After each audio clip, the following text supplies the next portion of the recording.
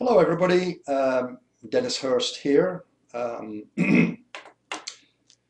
Belated Happy Thanksgiving to you all, and looking forward to a wonderful Christmas season.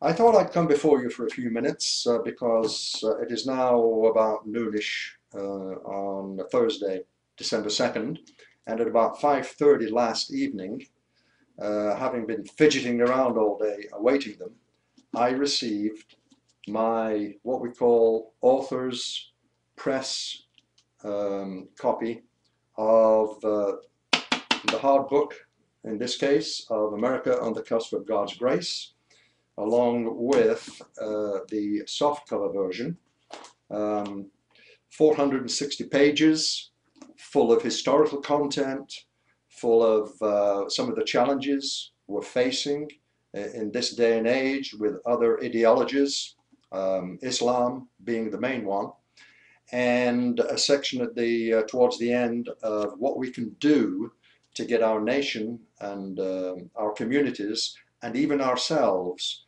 back under God's grace. What do I mean by America on the cusp of God's grace? Well, I finally made it as a citizen of the United States in the fall of 1981. And arriving as I did during the presidency of Ronald Wilson Reagan didn't hurt. What I saw and experienced those 7 or 8 years of his presidency was the same kind of American spirit of life, liberty, pursuit of happiness that I had witnessed in the immediate years following World War II as a young boy, when we had a US Air Force base, Burtonwood we called it, Burtonwood Air Force Base. It was also designated US Air Force Base 590, and there were some 20,000 airmen and other military personnel who were stationed there to support the D-Day landings in Normandy. Suffice to say that my sister and I became enamored with the largesse and just the friendliness of those American airmen. And actually, as you read in the book, as a 5 or 6 year old young boy, those seeds to one day live in America were sown in those very days following World War II. America on the cusp of God's grace. We have, in the last, particularly the last 2 years, 22 months, but more particularly in the last 20, 25 years, this nation has allowed itself to get so far away from the tenets of godly living that I doubt if most of the population of America realizes the degree of evil that surrounds us. And this has just become so exacerbated, if you will, by the great threat that we face from radical Islam. And so I felt it was an opportune time, excuse me, for me to finish really what I started off with my 2006 book titled The Biblical Connection to the Stars and Stripes. I left so much material on the editing table because we were trying to limit it to 200, 250 pages that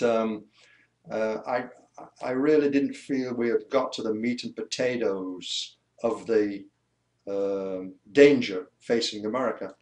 So I began working on this America on the Cusp of God's Grace probably 2 or 3 years ago. And the actual writing took place from about March of this year until we finished the manuscript in September. What I've attempted to do here, and I must say I managed to read it through again last night, is to, number one, give the history of the nation, but not in a tome of 500, 600 volumes long, but in a language and with headings that make it easy for someone like me or like yourself to be able to pick it up and say, okay, the seeds of freedom, what does that mean? So that's section 1, part 1. Part 2 is a constitutional republic. Part 3, conflicting ideologies. That's where we tackle, the modern day threats that we face. No need to name them, but Iran's one, China's another one, radical Islam is yet another, and yet we've got a creeping inside enemy going on within our communities right now, that if we're not careful, we'll be get taken over without realizing it. But then what's the answer? Part 4 tackles that, which is called a new revival. And then, of course, you've got all kinds of, I've got all the founding documents are in the back of the book, and all resource and reference materials. So it's part history book, it is part commentary, and part solution to get us back to those rip-roaring days, if you will, the New Awakening, the evangelical preachers who sowed the seeds of freedom in people like John Adams and his cousin Samuel, even Thomas Jefferson and James Madison. You know, movements like theirs don't come along all of a sudden. We know that God works in ages, and it just so happens that the 300 people, for instance, who came over on the sailing ship Arabella in the 1600s, they became the seeds that were later to expose themselves as we, the people. So we are the inheritors of one of the greatest in fact, the only constitutional republic that has ever been put on the face of the planet Earth. And God's covering has been very secure and very evident over that constitutional republic until, let's say, exactly 100 years ago, when Woodrow Wilson allowed himself to be drawn away from those godly tenets, and we got this progressive agenda which over the years has little by little unthreaded our connection to godly living. So part 4 of the book, a new revival, means putting America back under God's covering and under the auspices of Jesus Christ. The hardcover version has a list price of $38.95. The soft cover to $28.95. I have no connection with setting prices. These are the publisher's prices, and there is a ebook version available for $9.99. I know a lot of us are living in hard times, challenging times at the moment financially. So what I'm suggesting, which seems to be, I have to wait to hear back from the publisher, but everyone who requests a signed copy of a hardback 235 edition, then I would also include in there the ebook version, which will be another $10 value. So for the price of $38.95, you would also receive an ebook version of America on the Cusp of God's Grace. I find those ebooks very interesting. I mean, more cerebrally, yes, I like to pull the book off the shelf and read it at my leisure. But when I'm in my own writing and I need a reference point, then I can pull the e-version down, go to the chapter I'm looking for, pick out the sentence or paragraph or two, paste it and copy it. So I find it very useful in my day-to-day workings. So to recap, softcover $28.95, hardcover is $38.95, and for the signed copy limited edition of 235, I would include a copy of the ebook. The signed copies, of course, the book is available Barnes & Noble. I don't think it's hit their lists yet, but it's on its way. Amazon, all Bookstop, all the majors, just has the Biblical Connection. It is already listed on the publisher's own website, which I can supply to you, but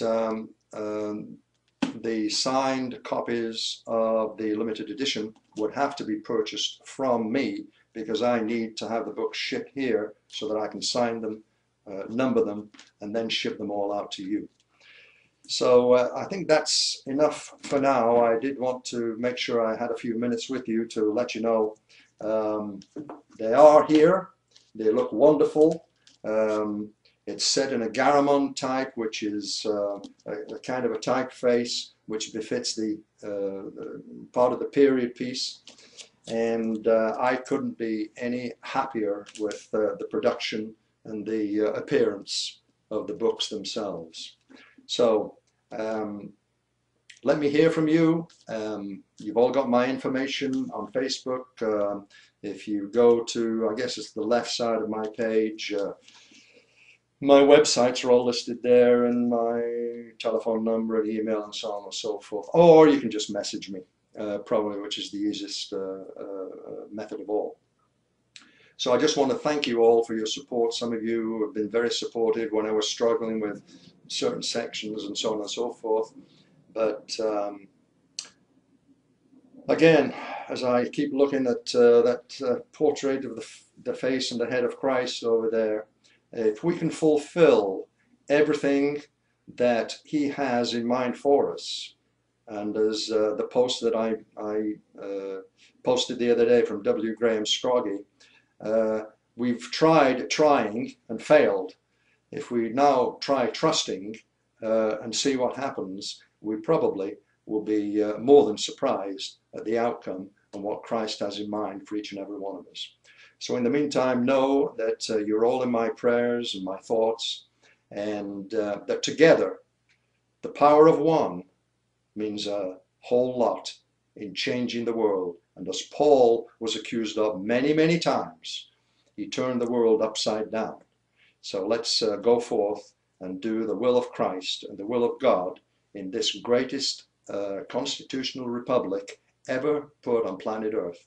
And let us preserve, protect, and defend the Constitution of the United States. God bless you all, and we'll see you later.